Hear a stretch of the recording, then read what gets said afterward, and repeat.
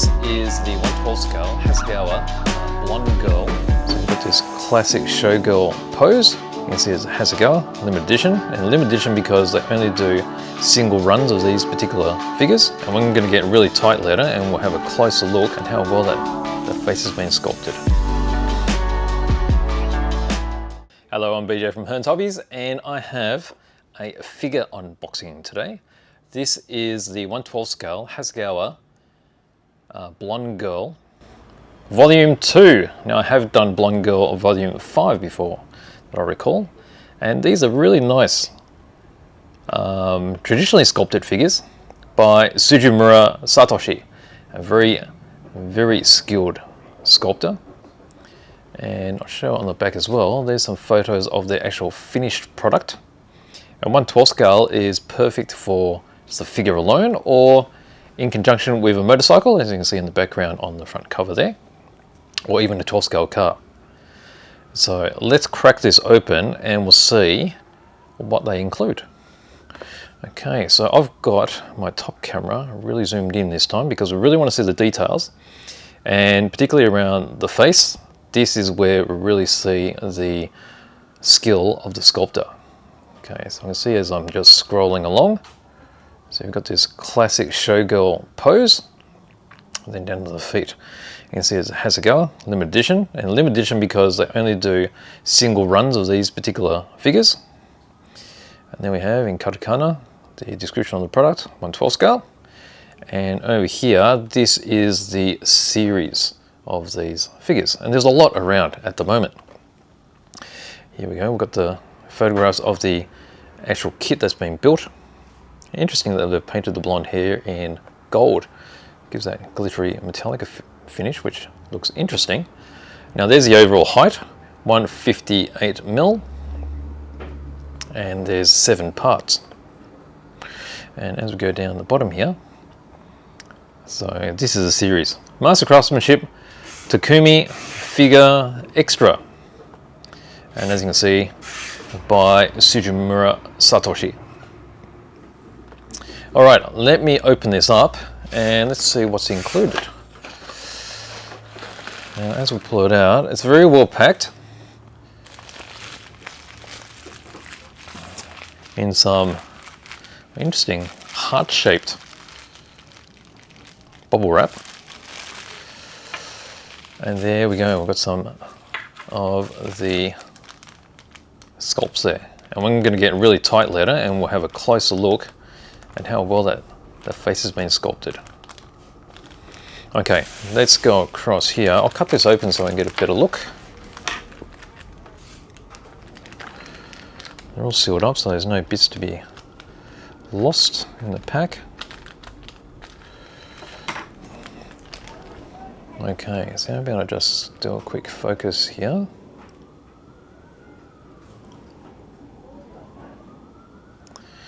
Alright, take it out of the packet so it's a bit easier to see everything. Okay, so this is a larger packet which includes the torso and the legs. And just to give you an impression of how good everything fits, look at the locator marks there. And as we press this together,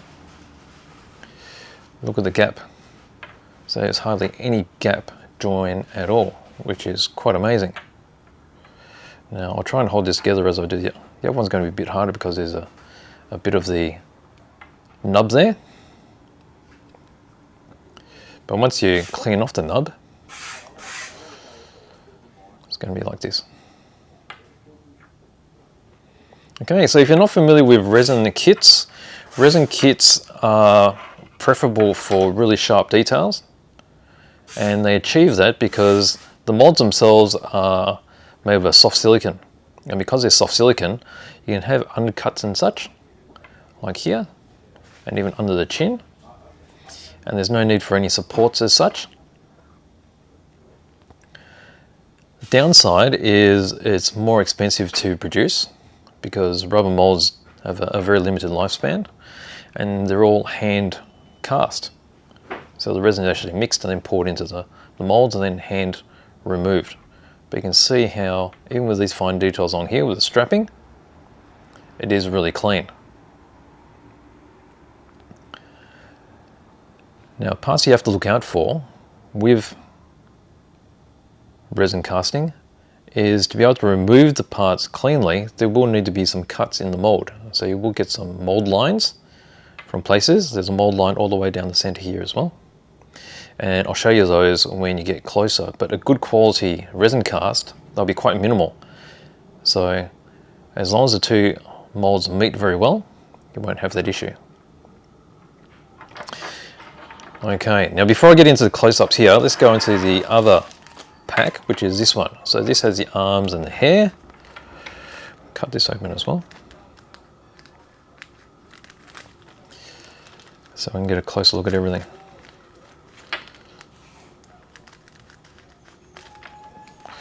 Alrighty, let's empty that packet out here. Alright, so again we've got the arms with the locator blocks, I would call them, because it's not fully round. And because of the odd shape, it means that they'll fit in one particular way. So there's no playing around with the orientation. And if we bring our torso back, now we put the arm in place. Now I'm getting these all confused. This will be over here. And when we just press that in there, look at how good the molding is. The gap is minimal. And having a minimal gap is really important because it means that when you're painting, you have the option of actually leaving this part off, and then when you actually glue it on, you won't have that distinctive join line anywhere. Sometimes figures have the cut across an arm, which means you really have to glue it all together to be able to fill that in and sand it flat. But that is very nice there, barely noticeable. This one I won't be able to get in there flush because that needs to be cleaned off first. But let's see what that looks like. So that'll be like this. So almost in there, but that'll be a nice fit as well. Okay, so part of the casting process are these nubs, and it has to do with a good caster as well, where these nubs appear. And it's great that they're on the extremities of the arm, so they're easily cut off and sanded smooth. Okay, so we have our arms, and you see how the fingers and such are very nicely formed. And then we have our sections of hair here. And that's to wrap around the front. So that'll be like this. Okay, I'm going to get super close up now. Let's have a look at this face. Okay, so this is the sculpting. That is what we're looking for.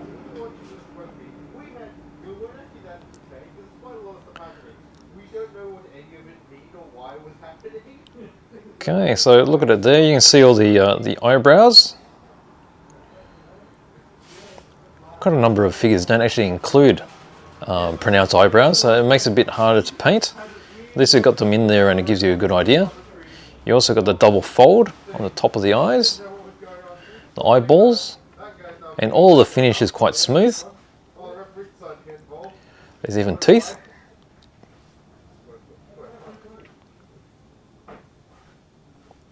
You can see how sharp the detail on just around the ears, and also the hair around there as well.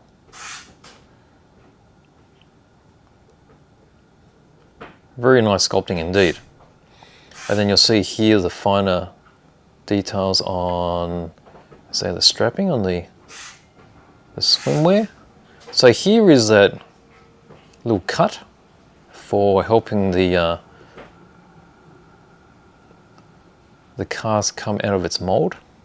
And all that needs is just to be scraped down with a knife and perhaps a slight sand. But because it's being hidden by the shoulder, it doesn't need to be super clean. And there's a locating block, opposite end. As we come down here, you see the hair as well. It's very sharp. And even the, I guess you call these the strings, right? The strings onto that ring, you can actually see the knots.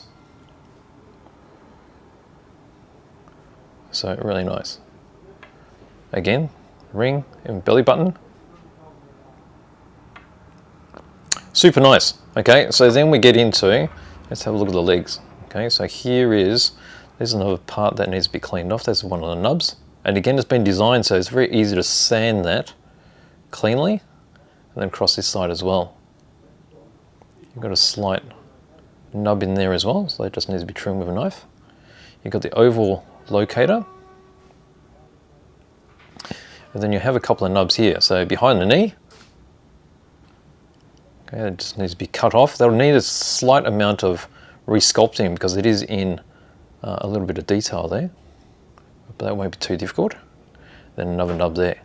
But the rest of it, you'll see there's this very fine mold line down the center, and that's the join between the two molds.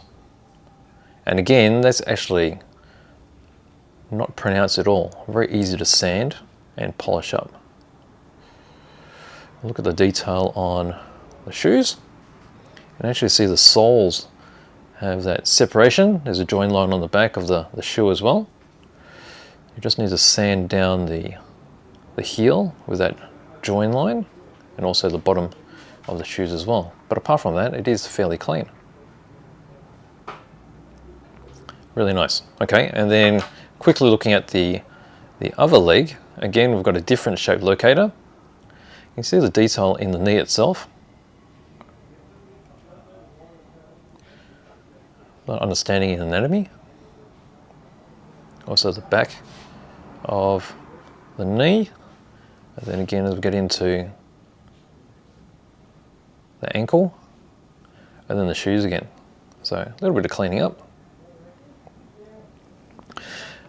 Alright, so let's look at an arm. What we want to look at is how sharp the hands are. I mean, look at that. That is truly amazing, even with the tendons in place along here. And there will be fingernails, should be noticeable as well. You notice that because this is really high detail area, there will be a little bit of flash here between the fingers.